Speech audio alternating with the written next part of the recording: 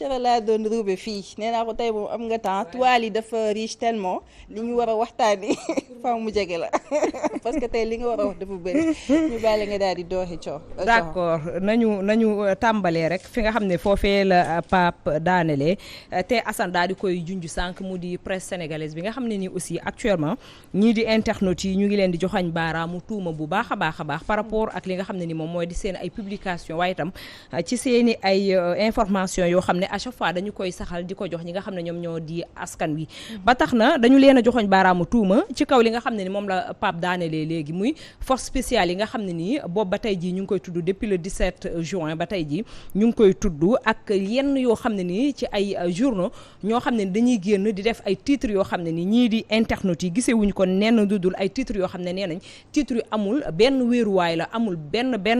li nga xam ne ni moom mooy jëmuwaay ak li nga xam ne moom mooy liggéey bi ñuy def mu di journalisme ba tax na kii di Pa Assane Seck gis nañ ko mu daal di am ab vidéo boo xam ne nii mi ngi circuler ci fii di réseaux sociaux yi ñu bari nag ci internautes yi daal di koy partager moom muy dal bu baax a baax presse sénégalaise bi ñi ñu ko sañ a wax nag ndax ñenn ñi nga xam ne nii ni ñu ko waxee rek dañoo am lenn loo xam ne ci seenu xalima dañu ko daal di sànni jëndee ko li nga xam ne ni moom moo di carte maletu xaalis yi nga xam ne nii dañu koy sàkku de wax waaye itam à chaque fois day mel ni liñ leen di jiiñ wala sax li ñuy wax dafay bëgg a nekk dëgg ndax ni ko Pa Assane waxee dóor ci table bi dafa jot sëkk ñu daal di dóor ci table bi jàkkaarloog ñenn ci presse bi nga xam ne nii ñoom ñooy livrer yenn ci ay information ñii di sénégalais yi di ci teg seen bët alors que ñu ngi wax léegi ne ñii di nga xam ne ñoom ñooy ŋànk justice bu ñu demee bay wax loo xam ne nii ñenn ci sénégalais dañuy génn naan gëmuñu li ñu wax wala sax du dëgg li ñu wax day am foo xam ne nii rek falay egg waaye itam bu ñu demee ba ñi nga xam ne nii ñoom ñoo di presse boo xam ne nii dafa war a téye réew mi ak presse ñu xam force bi nga xam ne nii moom nga war a wane ci sa réew ak jàppale gi nga xam ne war nga ko jàppale sa population nga mën leen a bàyyi ginnaaw dëgmal ay waay politique dafay daal di doy waar te ñenn ci internet yi la ñu ko jàppee moom mooy dëgmal waay politique yi parce que dañuy def ay titre wala sax ñuy bind ay li nga xam ne moom mooy chronique yoo xam ne nii du ñu def lu dul gën a jëmmal ñi nga xam ne ñoom ñoo di régime bi waaye itam gën a ñoŋal seenuk liggéey waaye itam gën a jox leen bopp ci anam bi nga xam ne dañu ko bëgg a daaneel ñi nga xam ne ni ñoom ñooy seen ay opposant ba tax na ñoom wax nañ ci force spéciale yi ñoom ñi nga xam ne ñoom ñooy yenn ci journaux yi ci bind ñoom ñëpp xam nañ seen bopp ñu bari ci internet yi la ñu wax moom mooy la ñu bind du dëgg dañ leen a yemale rek ak ñi nga xam ne ni ñoom ñooy yëngu ci justice bi te la ñu wax ci force spéciale yi du benn dëgg ba tax na tam comme ni ko Pa Assane waxee jar nañu toog xoolaat ndax bu fekkente ne dañoo remonté ci ginnaaw dañuy wax li nga xam ne ni moom mooy en 2011 wala sax 2010 bi président Abdoulaye Wade ci jamono jooju di wax ni presse bi moom mooy le 8e candidat ndax presse bi taxaw bu mu taxawoon ci kaw jàmmaarloo ak régime boobu waaye itam defoon liggéeyam ci anam bu rafet boo xam ne ni tey jii moom Sénégal yëpp teg nañ ci seen bët waaye itam monde entier teg nañ ci seen bët jamono jooju nee nañ ana presse boobu nga xam ne ñoom ñoo fi nekkoon jamono jooju ana presse bi nga xam ne ni tey jii ñoom la askan bi soxla pour ñu leen di jox les informations qu'il faut waaye itam ñuy dem ak ñoom ci li nga xam ne ni moom moo mën a nekk ci ay information ak yeneen waaye itam ñoom dem nañu sax bay wax ni presse bi bu ñu nërmeeloo bu ñu jaayee seen ngor wala jaay seen ay xalima ndax li nga xam ne ni moom moo leen ko jaral di xaalis ñoom ñi nga xam ne ñoom ñooy askan bi ñoom ba tey ñu ngi conscient nee nañ daal soxlaatuñu presse pour am yenn information yi parce que information bi ñoom ci seen bopp ñu ngi dem vers les informations waaye itam ñoom ñoo leen gën a sax mën a jël li nga xam ne moom moo di information bi ak mën koo tas ci réseaux sociaux ak leneen yu ni mel te yaakaar naa ba réseaux sociaux amee ba tey jii comme ni ñu ko waxee sax sunu presse bi nga xam ne nii ñoom la ñu xam ñu nekk fii daanaka dañoo gën a ñàkk li nga xam ne ni moom moo di doole bu ñu demee tam jàngat boobu da ngay gis ne bu ñuy war a wax waxul wala sax ñu wax li nga xam ne moom la ñu war a wax askan bi mooy indi live yi nit ñi toog di saaga mooy indi kenn di beru fee bind benn titre boo xam ne da ngay saaga ci sa biir Facebook moom moo tax journalistes yi bari ci biir réseaux sociaux yeeg loolu parce que ñi war a wax ñoom ñoo waxatul ñi war a wax tamit ci wàllum information ñoom ñoo waxatul wala tam waxatuñ loo xam ne nii askan wi bu ñu ko xoolee dinañ xam ne dëgg la te bu ñu demee ba ñàkk plume yi waaye tam ñàkk suñu ay voix day nekk loo xam ne ni te bu ñu seetloo benn rek ci presse bi ñoom ñoo koy def à chaque fois ñoom la ñuy génne benn ay information jox leen ko ñoom ñëpp ñu koy titré ko wala ñoom ñëpp ñu koy def ci ay chroniques yoo xam ne ni da ngay xam ne lii dicté préparé lay nirool que dañ leen a jox rek ne leen tas leen ko ak yeneen yu ni mel loolu la ñi nga xam ne ñoom ñoo di askan wi daal di becc seen njàmbat ci internet bi nee nañu daal bu fekkente ne ñoom loolu la ñu préféré jaay seen xalima ak seen ay kaddu ci ay li nga xam ne ni moom moo di ay cartable xaalis ñoom ci seen bopp conscient nañ te it à chaque fois ñu ngi dem vers l'information que xaaratuñu benn ci ay ñi nga xam ne ñoom ñoo di presse bi pour ñu leen di manipuler de gauche à droite comme ni ñu koy defee rek ak à chaque chaque fois ni ñu koy waxee ak ñoom daal mel na ni ci seen i ay commentaires waaye tam seen i ay publication daal dinañuy bàyyi beggandi ñi nga xam ne ñoom ñooy yenn ci presse sénégalaise bi daal di dëgmal ñoom li nga xam ne moom mooy information ndax dañ koy gis démb ci guddi la kii di Babacar Touré joxe information boobu comme quoi François Mancabou dafa daal di ñàkk bakkanam depuis 23h30 mais ñi nga xam ne ñoom ñoo nekk ci biir internet bi ba ko Babacar Touré effacé ndax boo xaar na sax li tax mu effacé mbir mi parce que nee na boobu noonu famille am yëgaguñ ko Tina mi soxnaam yëgagul woon ne jëkkëram faatu na donc looloo tax mu effacé waat ko pour bañ leen a jox li nga xam ne moom moo di information bi ci internet bi da doon préféré ñoom bañ yëg ko ba avant ñuy wax loolu daanaka xëy na ñoom sax yëg nañu ko parce que ñu bari ci internet yi ñoom ñoo jëlaat mbir mi capturé ko avant moom mu koy effacé partagé waat nañ ko mu mel ni ñoom ñooy raw sax ñi nga xam ne ñoom ñoo di journaliste yi ci information donc nit ki waroo jaay sa ngor ndax yenn yi waroo wàcc sa dignité li la yàlla defal ci dignité nga waroo koo def ndax xaalis te liggéey dafa doy waar bokk na ci loo xam ne nii def nga ay ati ci école yi def ay formation te formation journalisme ku ko def dëgg waroo jaay sa xalima ci leneen ak leneen te buñ fi fàttalikoo am na ci yu bari ci ay procès yoo xam ne nii journalistes yi dugaloon nañ seen loxo dugal ci seeni ak mbind ak yooyu te mujjeewul fenn comme ni ko Pam Ndiaye waxee woon sànq procès Alioune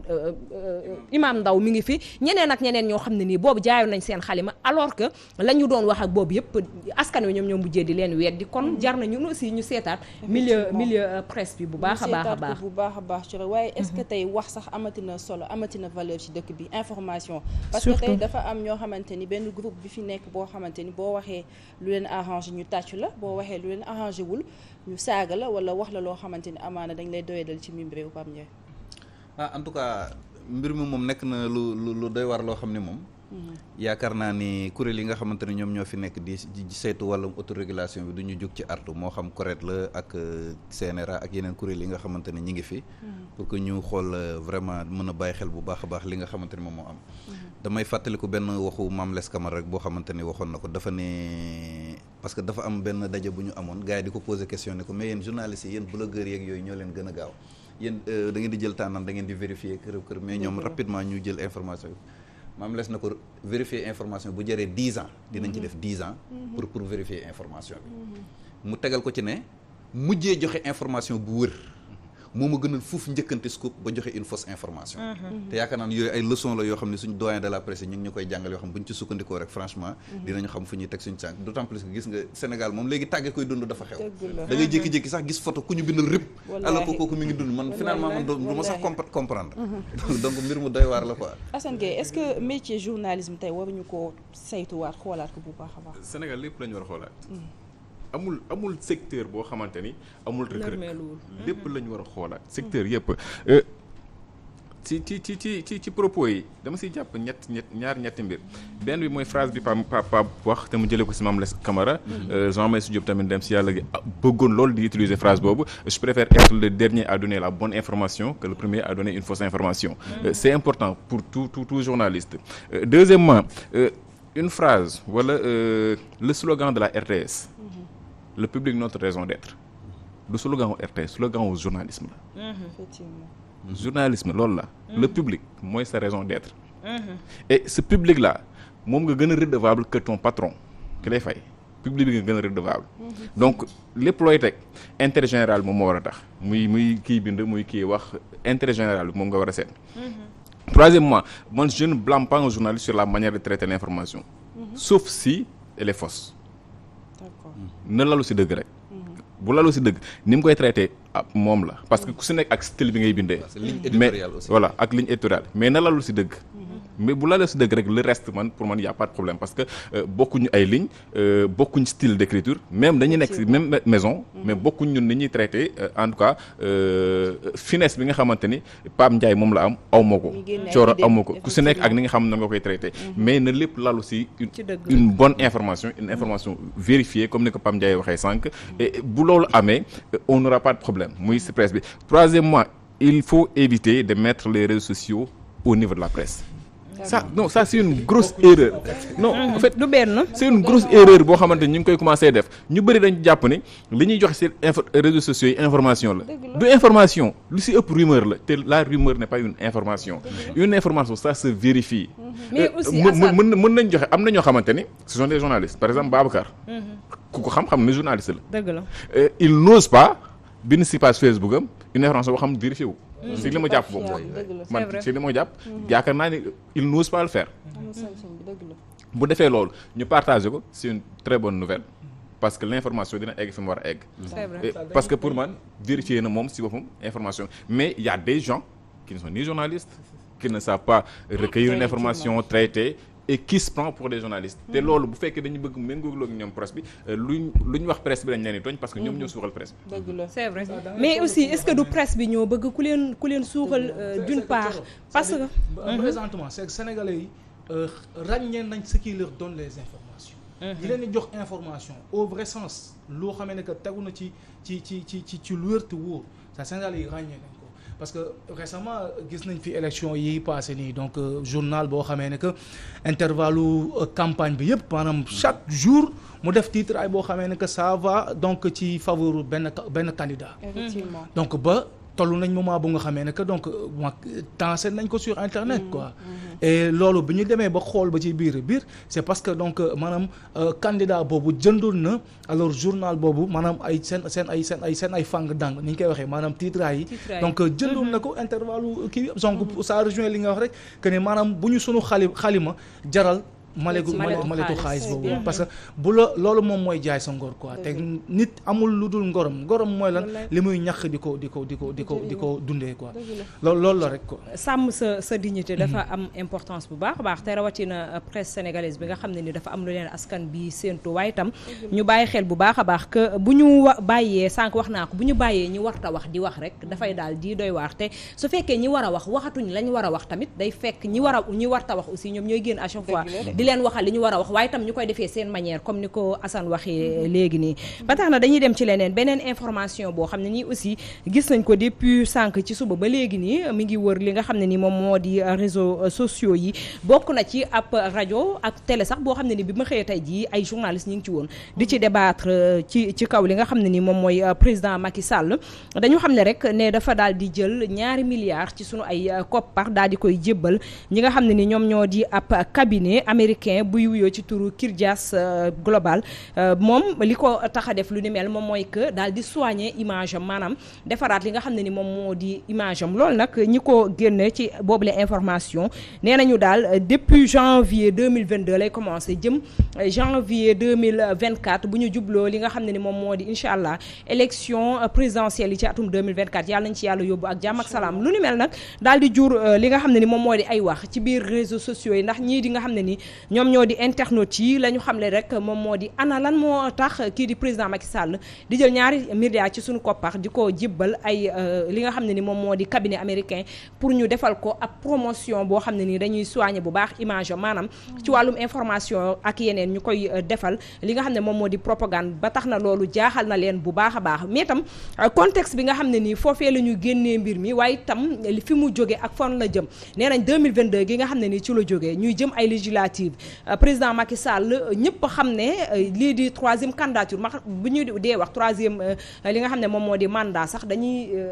wax de trop moo tax dañuy yemale rek ci 3e candidature boo xam ne ñu bari ci sénégalais yi ñu ngi koy lam-laamee waaye itam monde entier sax ñu ngi koy lam-laamee ba tax na ñu bari di wax ne rek kii di njiitu réew président Macky Sall xëy na dafa bëgg laajaat 3e candidature am ci atum 2024 gii ñu dëgmal mu desee ko rek quelques mois ñu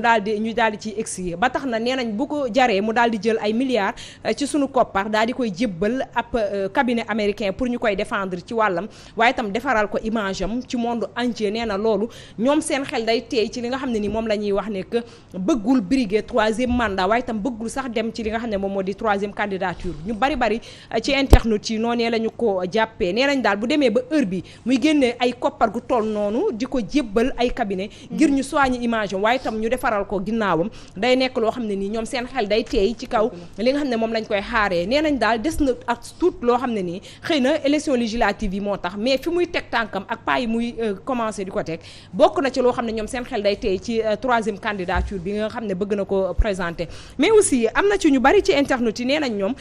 cabinet boobu ñoom ñoo ko waroon a xëppaat xaalis bi ne ko sa dëkk mi ngi am ay problème ñi ngi soxla ay milliards lu baree bari sa dëkk ñu ngi ko soxla donc ñoom soxlawuñu sa xaalis bu fekkonte ne yoon mooy dox ci àdduna bi waaye nee nañu moom xaalis boobu nga xam ne ñàkk na xel ba yëkkati ko ci dëkk boo xam ne nii mbënd mi ngi lay xaar sa askan ñu ngi ciy dox bu baax a baax li nga xam ne nii moom mooy ay tey ji Sénégal xaw partout dans le monde ñu ngi wax doomu Sénégal yi nga xam ne ñu ngi génn di jël ay gaal di dee ci mbeex mi waaye itam di dem ci ay frontière di fa nekk amoo benn jàppale boo leen di mën a jàppale lu dul yow soigner sa image nee nañ tam buñ ko dee xool ci dund gu cher gi nga xam ne nii xëy na monde entier la laal waaye Sénégal da cee gën a nekk koo xam ne nii nekk na ci lu ñu gën a sentir nee na 2 milliards yooyu su ko jëloon xëy na tas ko ci dund ak dundinu askan wi dina ko mën a gën a jariñ dara ci lay gën a mën a soigner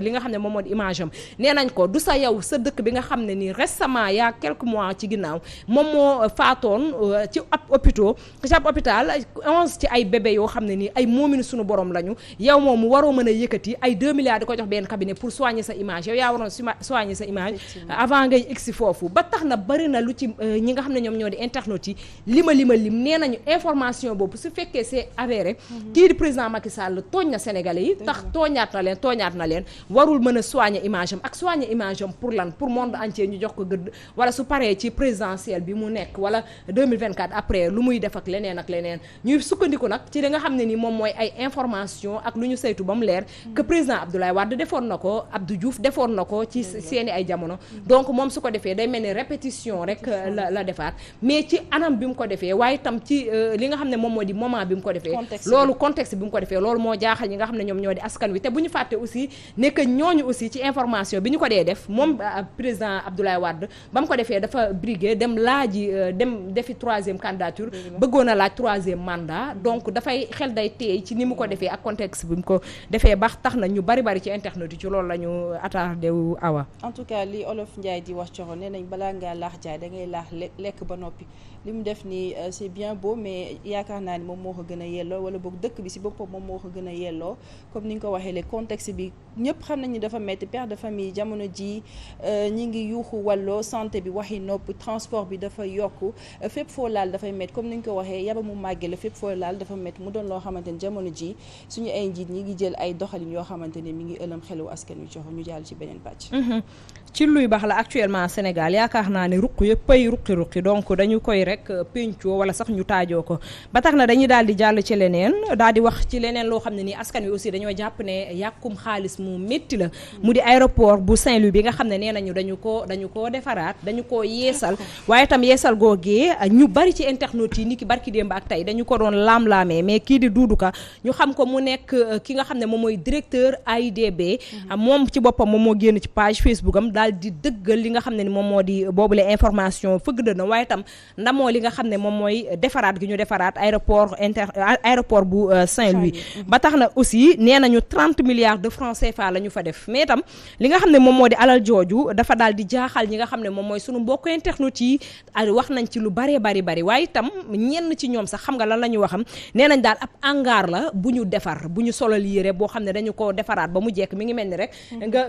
jigéen bu simmeeku war a sangu ba set sax génn ak koo xam ne da nga dem salon defaru ba jekk nee nañ daal lu ni mel rek lay nirool ba tax na ñoom gisuñu benn yoon que li nga xam ne moom mooy aéroport boobee ak ni ñu ko wanee ak chinois yi nee nañ ni ñu ko defaree ak la ñu ca def toftal lépp nekkul 30 milliards de francs CFA yoo xam ne nee na yu ñu tudd fii ci Sénégal la ñu fa def nee nañ daal boo dee xool lekkukaayu xaalis ñoom la ñu jàpp ne loolee moom moo nekk ci boobule aéroport nee na nañu génn ñu étaler ñu wax ñu ana fan la ñu def 30 milliards de francs CFA yooyu comme li ñu ko defee ci yeneen ci ay infrastructure yoo xam ne nii fii ci Sénégal ñu ngi koy gaawantu di ko daloo waaye itam gaawantu di ko présenter askan wi alors que lu ci mel ni corniche bi nga xam ne ni moom moo nekk fii ci VDN bi 18 milliards yi nga xam ne def nañ ko fi gisoon nañu internet yi noonee la ñu ko jëlee woon daanaka di ko partager de partout waaye itam di jàmbat 18 milliards yi ak fan lañ ko def ci ay njoowaan ak yeneen loolu moo leen dal ci li nga xam ne ni moom moo di aéroport bi nga xam ne def nañ ko ca Saint-Louis aéroport bi de yow Awa yàlla na la yàlla wan photo yi ndax xam naa ne problème technique ak loo xam ne tey ci suba la ñu ko jël daanaka looloo tax mënuñu koo wane waaye ku yàlla may ba nga dem ci biir internet bi ba gis li nga xam ne moom moo di photo yi ñu wane ne moomee mooy aéroport bi daanaka da ngay jàpp ne rek lii ab naxee mbaay képp ko lal comme ni ko internet yi di waxee ndax bokk na ci 30 milliards de francs CFA yoo xam ne comme ni ñu ko waxee sànq bari na ci loo xam ne alal la joo xam ne nii waxuma la sax am na fu mu xaj waaw am na fu mu xaj ci askan bi waaye itam hôpitaux yi nga xam ne tey jii dafa sooxe sénégalais yi ñu ngi dund gu métti ci wàllum li nga xam ne ni moom moo di lekk ak naan ndox moo xam ne nii gis nañ ko indi naa ko fi la fois passé ci ndox moo xam ne nii fii ci Ndakaaru këru Dakar këru Sénégal ci lañ koy génnee ci ay mu di Gibraltar ak yeneen ci lañ koy génnee ci ay robinet loolee lépp bëgg nekkoon ay saafara yoo xam ne nii askan wi ñu ngi ko doon xaar ci seenu njiitu réew waaye itam ñu ngi koy xaar ci fi nga xam ne nii moom mooy ci ay régime bi fi toog waaye nee na amuñ leen luñ leen wan lu dul di leen wan à chaque fois milliards yoo xam ne dañ koy jël di ko def ci ay infrastructure yoo xam ne nii xamuñu ñoom ak kan ak ñoom ak kañ nee nañ ci am na ci sénégalais yoo xam ne nga jox leen ñu lekk jox leen ñu naan moo leen gënal fukk nga leen di dik avion wala nga leen di dik leneen te it nekk na loo xam ne ni infrastructure boo xam ne nee nañ amul njariñ parce que bu fekkee ne dañ ko fay teg ñoom heure bu ñuy dugg biir Saint-Louis dugg jaar ca heure bu ñuy génn jaar ca du am benn sénégalais boo xam ne di nga ko mën a sax utiliser et tout nee na loolu day nekk lu doy waar donc waruñu woon a jël seen ay milliards di leen ko ci këppal ba tax na bari na ci ay infrastructure yoo xam ne ni ñu continuer ko rek bari na ci lu ñu koy fësal ni ki semaine bi yëpp moom président Macky Sall di ko inauguré ak yeneen ñoom ci askan wi bari na ci luñ ci gis ñu partagé ko de partout di wax ne rek infrastructure yooyu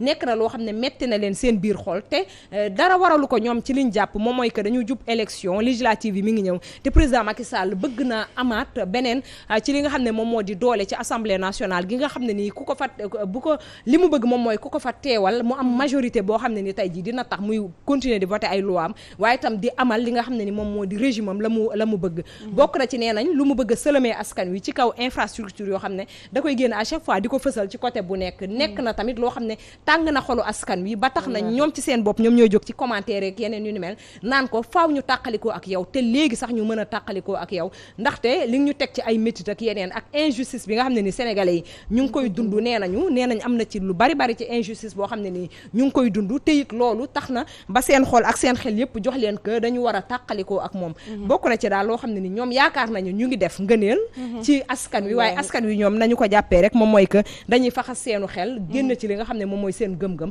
waaye itam yóbbu leen ci li nga xam ne ni moom mooy ñoom seen bëgg-bëgg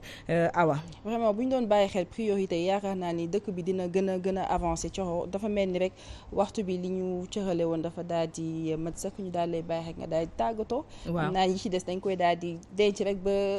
mardi incha allah wala ba suba sax suba tim bi day ñëw yeneen rubrique mooy am tim paye maire ak tim voilà tim coxo ma xamante le vieux des cadets Serigne Gueye ñu koy nuyu de passage ak ñoom Moustapha ak ñeneen waa incha allah comme d'habitude rek bëggoon a def ba mu baax rek bëggoon a def loo xam ne dañ koy jox askan bi ñuy seetaan moo taxoon ñu jël sunu temps wax loolu lépp mais ñu ngi ci jéggalu bu amee rëkk-rëkk bu baaxee aussi ñu xam ne du sunu mënin ci yàlla sunu borom la di joxe dig daje incha allahu rabbi suba bu soobee yàlla comme beneen ni nga ko waxee beneen timu petit déj incha allah ñu fas yéene partage ak ñoom sunu ndéek incha allah def nga ba mu baax sama mag ji macha allah Mrs Niang Mahou Mandela vraiment mi ngi noonu l'émission tire à sa fin ñu leen di jaajëfal bu baax a baax yéen ñi nga xamante ne nañ toogoon di ñu teewlu